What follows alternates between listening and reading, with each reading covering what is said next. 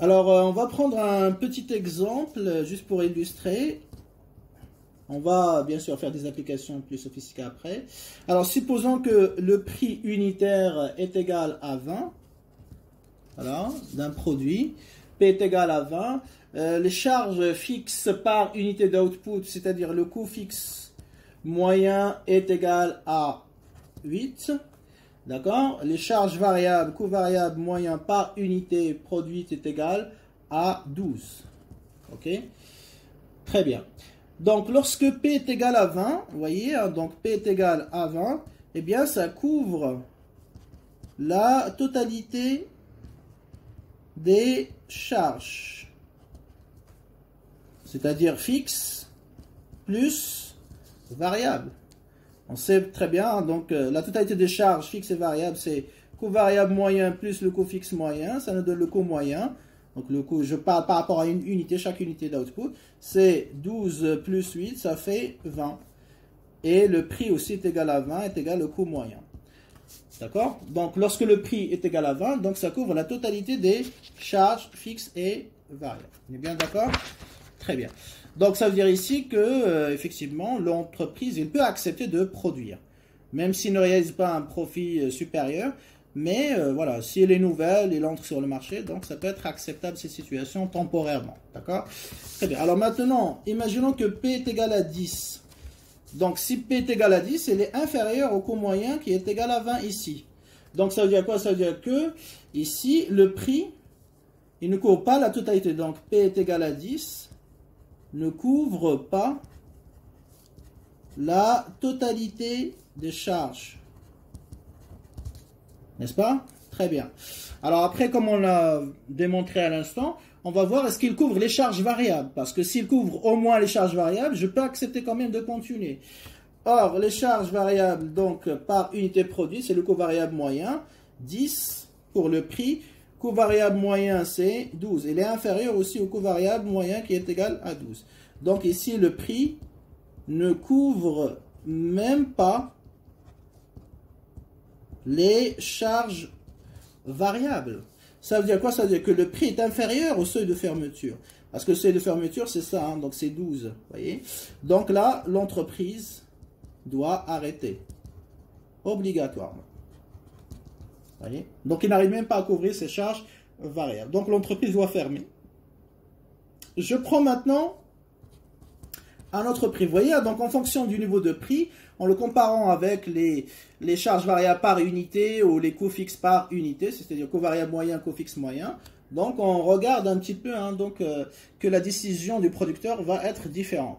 Donc si le prix est égal à 14, donc il est supérieur au coût variable moyen qui est égal à 12, c'est-à-dire qu'il permet de couvrir les charges variables. D'accord? Mais elle est inférieure, P est égal à 14, elle est inférieure au coût moyen qui est égal à 20. Donc le prix permet de couvrir les charges variables, mais pas la totalité des charges fixes. Vous voyez? Donc il ne couvre pas la totalité des charges fixes. Donc il couvre juste une partie. Donc il couvre seulement une partie des charges fixes. Et effectivement, hein, donc ici la décision bien sûr c'est il peut continuer à produire puisque il couvre les charges variables. D'accord? Donc il peut continuer à produire. D'accord? Pourquoi? Parce qu'avec 14 dirhams, donc ça lui permet de couvrir les 12 dirhams de charges variables. Il lui reste 2 dirhams, ça va lui permettre de couvrir les charges fixes, une partie des charges fixes. Donc ça va lui permettre de réduire en quelque sorte sa perte de 2 dirhams. Donc une partie des charges fixes. Effectivement, donc 14 dirhams va couvrir 12 dirhams de charges variables, on est bien d'accord, 12 dirhams de charges variables, le coût variable moyen, et 2 dirhams qui restent vont couvrir les charges, une partie des charges fixes. Et donc ça va lui permettre de réduire sa perte, d'accord, réduire la perte de 2 dirhams. Voilà. Très bien. Donc, si je prends par exemple P est égal à 17, bah, P, donc il va continuer. Donc, la décision, c'est continuer à produire. C'est rationnel parce que ça permet de minimiser donc la perte. Si P est égal à 17, donc ça permet de couvrir le coût variable moyen qui est égal à 12. Et donc, il reste voilà, 5 dirhams, donc une partie des charges fixes. C'est-à-dire 5 dirhams. OK? Donc là, ça lui permet de réduire la perte de 5 dirhams. Et on peut continuer comme ça, d'accord? Donc, tant qu'on a un prix qui est inférieur à 20 dirhams, donc, et qui est supérieur aux charges variables, donc ça va permettre de couvrir les charges variables, une partie donc des charges fixes. Et on continue comme ça. Mais la décision, bien sûr, dans ce cas-là, tant que les charges variables sont couvertes, eh bien, je peux continuer quand même à produire, même si c'est une production à perte. Donc, ce n'est pas irrationnel. Donc, tout prix, si vous voulez. Donc là, la conclusion à laquelle on aboutit ici.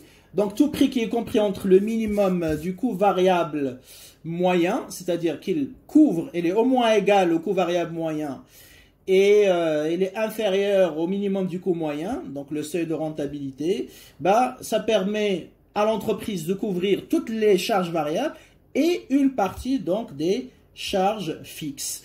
Si on revient à notre exemple, donc le seuil de rentabilité est égal à 20, n'est-ce pas?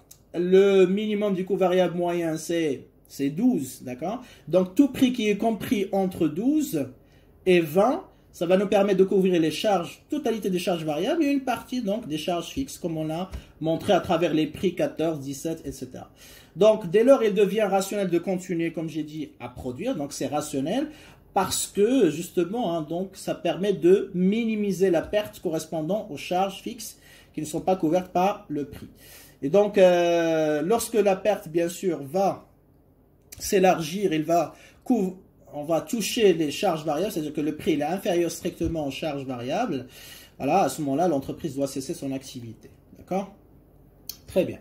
Alors, si vous le voulez, donc, on ne doit pas confondre, attention, hein, parce que ça arrive souvent au jour de l'examen pour les étudiants, ils confondent le seuil de rentabilité avec celui de fermeture. Donc, chaque fois qu'on parle d'une entreprise nouvelle, de rentabilité, d'entrée sur le marché, vous avez ces mots-clés dans la question d'examen, ça veut dire qu'il faut travailler automatiquement avec le seuil de rentabilité, d'accord? Si au contraire, on parle de fermeture, continuer ou arrêter la production, cesser l'activité, etc., bah, il s'agit de travailler avec le seuil de fermeture, ok? Voilà. Alors, graphiquement, si vous voulez, donc on va résumer un petit peu notre raisonnement. Q, coût moyen, coût variable moyen, coût marginal. Alors, coût marginal, voilà, décroissant après croissant. Il va couper la courbe du coût variable moyen en son minimum. C'est là. Le coût moyen, il est supérieur au coût variable moyen parce que le coût moyen est égal au coût variable moyen plus le coût fixe moyen qui est positif toujours. Et donc pareil, hein, donc ici, point d'intersection entre la courbe du coût moyen et du coût marginal. Alors qu'est-ce qu'on a dit? Le seuil de rentabilité correspond au prix, au niveau de prix qui égalise le minimum du coût moyen. Le minimum du coût moyen, il est là. Donc, je vais faire la projection sur l'axe des ordonnées. Ça va me donner le seuil de rentabilité, c'est-à-dire le coût moyen minimal. OK?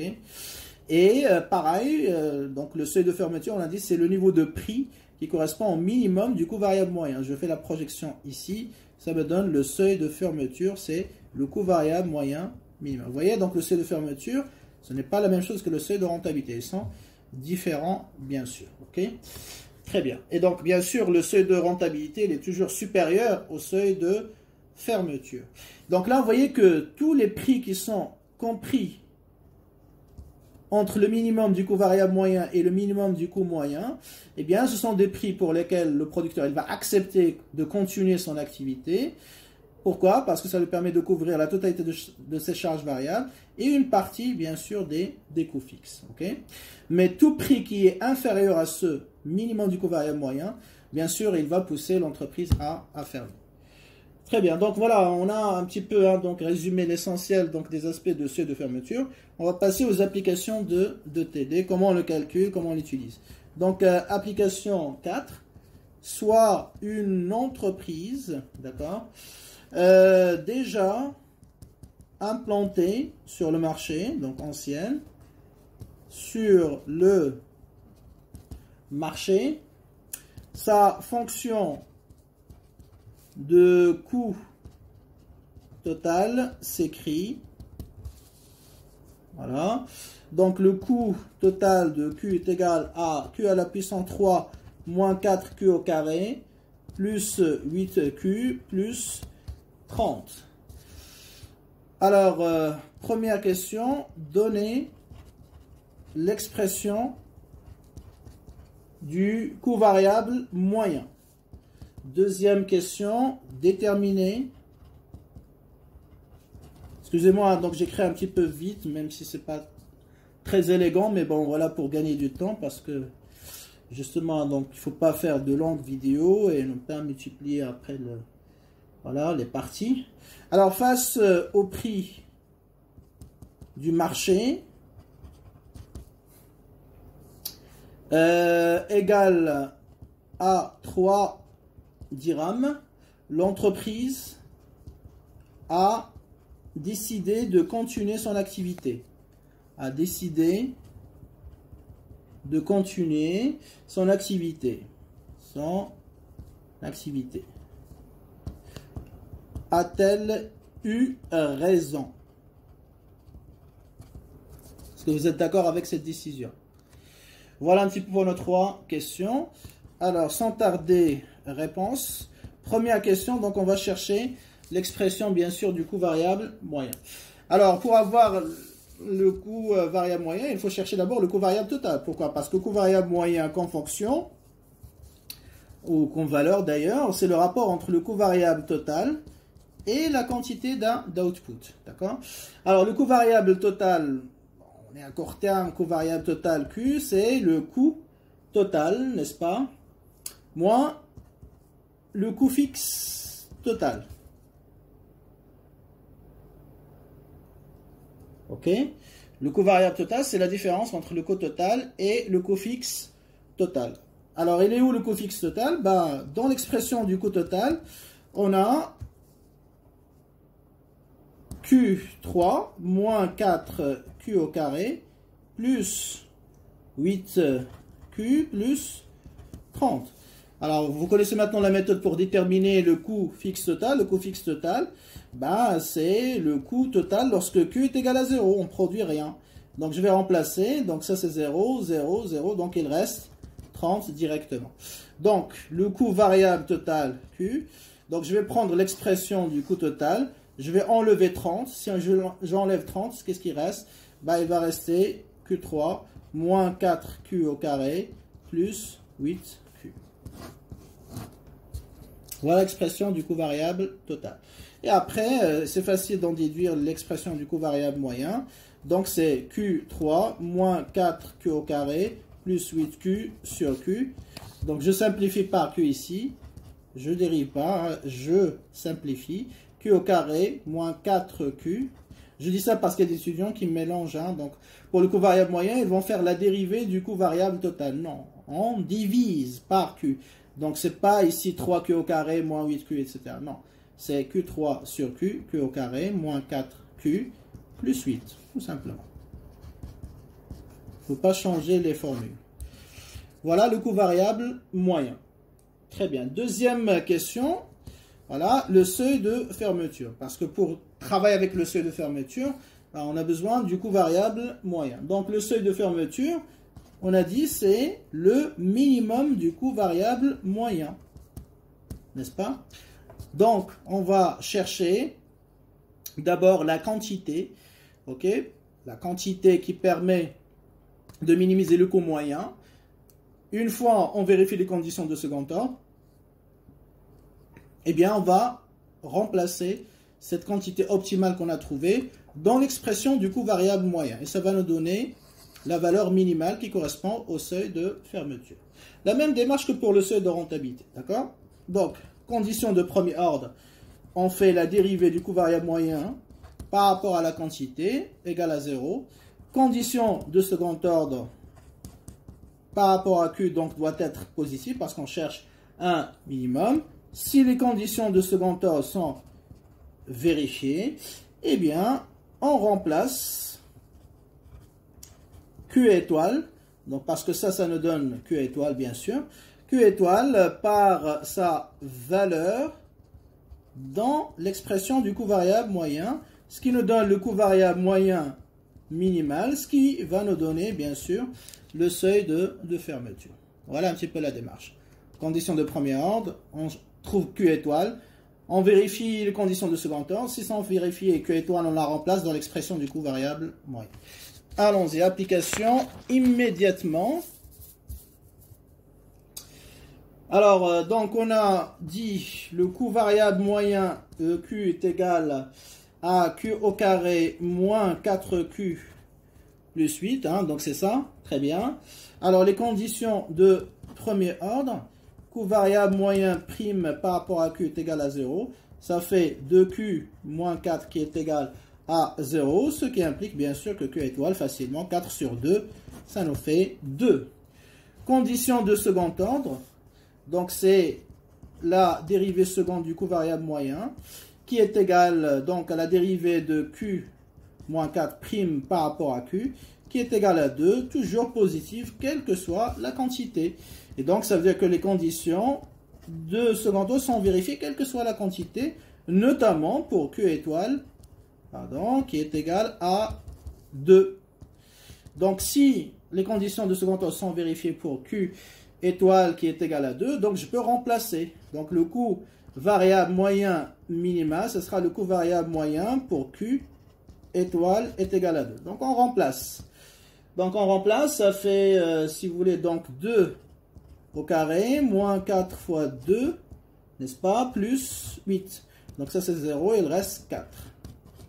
Donc, le coût variable moyen minimal, donc la valeur minimale du coût variable moyen, c'est 4, et donc, c'est notre seuil de fermeture. Donc, ça veut dire quoi? Ça veut dire que si, pour couvrir au moins les charges variables, bah, le prix doit être au moins égal à 4. D'accord? Si le prix n'arrive même pas à être égal à 4, donc ça veut dire que le producteur n'arrive même pas à couvrir, il n'a pas de quoi payer ses charges variables. D'accord? Et à ce moment-là, donc, il doit fermer. Okay? Très bien. Alors, qu'est-ce qu'on nous dit justement dans la troisième question? Donc, le prix est égal à 3. Je vais voir, hein, pour juger est-ce que c'est rationnel ou pas, de continuer. Donc, je vais comparer le prix avec le seuil de fermeture. D'accord? Alors, 3, elle est inférieure, bien sûr, au coût variable moyen minimal, c'est-à-dire le seuil de fermeture qui est égal à 4, ce qu'on a trouvé. Donc, si le prix il est inférieur au seuil de fermeture, donc l'entreprise ne couvre même pas ses charges variables, n'est-ce pas? Donc, ça veut dire qu'il doit fermer. Normalement, il doit fermer. Donc, ça veut dire quoi? Ça veut dire que sa décision de continuer n'est pas rationnelle. Donc, continuer est irrationnel. Donc, on n'est pas d'accord avec sa décision de continuer parce que c'est complètement irrationnel. Donc, pour déterminer est-ce que je continue ou pas, je compare toujours la démarche, c'est le prix avec le seuil de fermeture. S'il est inférieur strictement, donc on arrête, on ferme. S'il est supérieur à égal, donc on continue. Ben ici, il n'est pas supérieur à égal, donc pourquoi continuer? Donc l'entreprise s'est trompée. Alors, application 5. Alors, imaginons qu'on a une entreprise sur un marché de concurrence pure et parfaite. CPP, concurrence pure et parfaite. Alors, son coût fixe moyen s'écrit 500 sur Q. Son coût variable total est égal à 3Q3 moins 24Q au carré plus 100Q. Alors, première question, si le producteur décide de ne rien produire. Ok? Est-ce que son profit sera nul? Est-ce que son profit sera nul? Question. Donc, je vais répondre au fur et à mesure des questions. On ne va pas noter toutes les questions d'un seul coup. Alors, ici, la réponse. Donc, voilà. On vous dit que CQ est égal à 0. Est-ce que pi est égal à 0? C'est ça la question. Est-ce que votre profit sera nul? Ben non, justement. Hein. Pourquoi? Parce que si le producteur décide de ne rien produire, donc Q est égal à 0, sa recette totale, parce que le profit c'est quoi? C'est la recette totale moins le coût total. La recette totale va être égale à 0, c'est vrai, mais le coût total ne va pas être égal à 0. Et donc le profit ne va pas être égal à 0. Donc à quoi est égal? C'est ce qu'on va montrer tout de suite. Alors ici, hein, donc on sait que, voilà, je rappelle, un pi c'est recette totale moins coût total. Et donc pi de Q est égal à 0 va être différent de 0. Ok? Démonstration. Alors, pour la démonstration, donc recette totale, je n'ai pas besoin parce que ça va être 0. Donc je vais calculer le coût total. Coût total déjà, donc c'est le coût variable total plus le coût fixe total. J'ai le coût variable total, mais il me manque le coût fixe total. Mais on m'a donné le coût fixe moyen. Donc coût variable total plus coût fixe total, c'est quoi? C'est le coût fixe moyen fois la quantité. J'ai le coût fixe moyen ici, je multiplie par Q. Donc ça fait coût variable total. Ben, je remplace directement. Donc ça fait 3Q à la puissance 3 moins plutôt moins 24Q au carré plus 100Q plus, bien sûr, coût fixe moyen, donc Q fois 500 sur Q. Je simplifie par Q, ce qui implique que le coût total sera égal à 3Q3 moins 24Q au carré plus 100Q plus 500. D'accord? Voilà notre coût total. Ok? Très bien. Alors, maintenant, hein, donc on a dit, on va calculer le coût total pour Q est égal à 0. Donc on sait que c'est le coût fixe total. Et le coût fixe total, ici on l'a vu, hein, donc c'est égal à 500. Ok? Recette totale, Q est égal à 0, est égal à P fois 0. Donc c'est 0. Donc le profit, c'est ça qui nous intéresse, pour Q est égal à 0, soit égal à recette totale moins coût total, est égal à 0 moins 500. Donc ça nous fait moins 500. Donc le moins, ça veut dire une perte. Très bien. Donc ici, si le producteur produit 0 unité d'output, son profit ne sera pas égal à 0. Donc il sera négatif. Son résultat sera négatif et sera une perte. Donc CQ est égal à 0. Le producteur supportera une perte de 500. Moins 500. Ok? Très bien. Donc attention, hein, voilà, parce qu'il y a pas mal d'étudiants qui croient que Q est égal à 0, donc tout est égal à 0. Hein, donc attention. Rappelez-vous toujours les coûts fixes. Toujours à court terme, il y a les coûts fixes qui fait que, voilà, même si on ne produit rien, on va supporter ce type de perte. De charge plutôt. Alors, deuxième question, pardon. Quelle condition doit respecter, d'accord, le prix de vente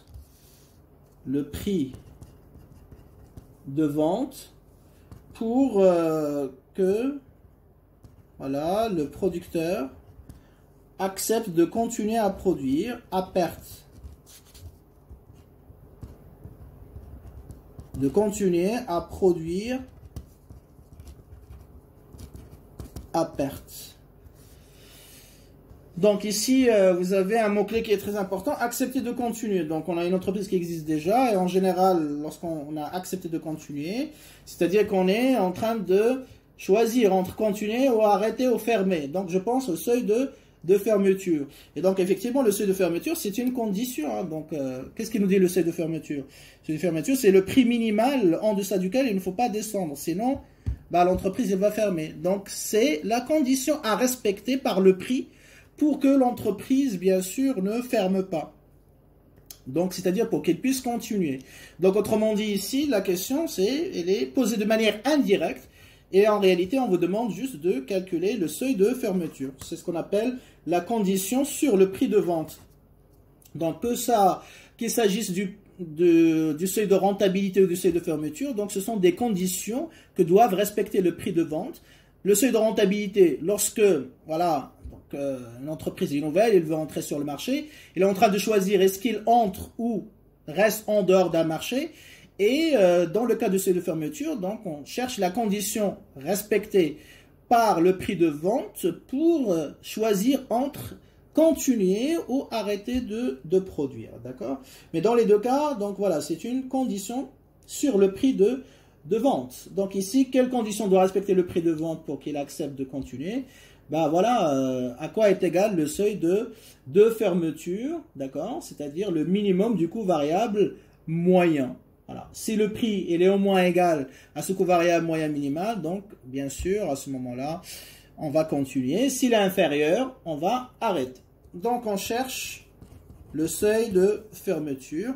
Donc il nous donne la condition sur le prix. Très bien, donc pour avoir le seuil de fermeture, on a besoin du coût variable moyen, ça va de soi. Alors on a déjà, je crois, l'expression du coût variable total, donc on la divise par Q. Donc le coût variable total, c'est, on a dit 3Q à la puissance 3, voilà, moins 24Q au carré, plus 100Q. Je divise le tout par Q, je simplifie. Et donc ça me donne 3Q au carré, moins 24 Q, plus 100, ça fait coût variable moyen. Expression de la fonction. Et après, ben, on va étudier les conditions, bien sûr, comme on a fait tout à l'heure, hein, les conditions de premier ordre. Donc, je dérive le coût variable moyen par rapport à Q et j'égalise avec 0. OK. Allons-y. Donc, ça nous donne dérivée de 3Q au carré moins 24Q plus 100 prime par rapport à Q est égal à 0. Ça fait 6Q moins 24 qui est égal, voilà, à 0. Et donc ça fait Q étoile qui est égal à 24 sur 6, c'est-à-dire 4. On est d'accord? Condition de second ordre, donc dérivée du coût variable moyen par rapport à Q, c'est-à-dire je vais dériver 6Q moins 24 prime par rapport à Q. Ça fait 6 qui est supérieur à 0, quelle que soit la quantité. Donc les conditions de second ordre sont vérifiées une nouvelle fois, notamment pour Q qui nous intéresse, c'est-à-dire 4. Donc s'ils sont vérifiés pour Q est égal à 4, ça veut dire Q il minimise le coût moyen. Donc je peux l'utiliser, la remplacer dans l'expression, bien sûr, du coût variable moyen pour avoir le coût variable moyen minimal. Donc c'est le coût variable moyen de Q étoile qui minimise ce coût variable moyen. Donc, ça nous donne un coût variable moyen minimal qui est égal, donc, je remplace, ça fait 3 fois 4 au carré, moins 24 fois 4, plus 100. Donc, résultat final, minimal, donc, est égal 48 moins 96 plus 100, ça fait 52, qui est égal au seuil, bien sûr, de fermeture. Donc, pour continuer à produire, bien sûr, donc la condition que doit respecter le prix de vente, c'est que le prix doit être au moins égal au seuil de fermeture, c'est-à-dire à 50 dirhams. Très bien. Alors, troisième et dernière question, rapidement. Si le prix du marché est égal à 80, de combien permettra-t-il de réduire la perte du producteur s'il décide de continuer à produire, sachant que le minimum du coût moyen, d'accord, est égal à 125, ok? Donc, P est égal à 80, donc de combien ça réduira la perte du producteur s'il décide de continuer l'activité, donc de continuer à produire, d'accord, de continuer, sachant que le coût moyen minimal est égal à 125. Ok, très bien. Donc là, ça demande un peu de temps, donc je vais arrêter la vidéo à ce niveau-là et on enchaîne avec la troisième vidéo, troisième partie.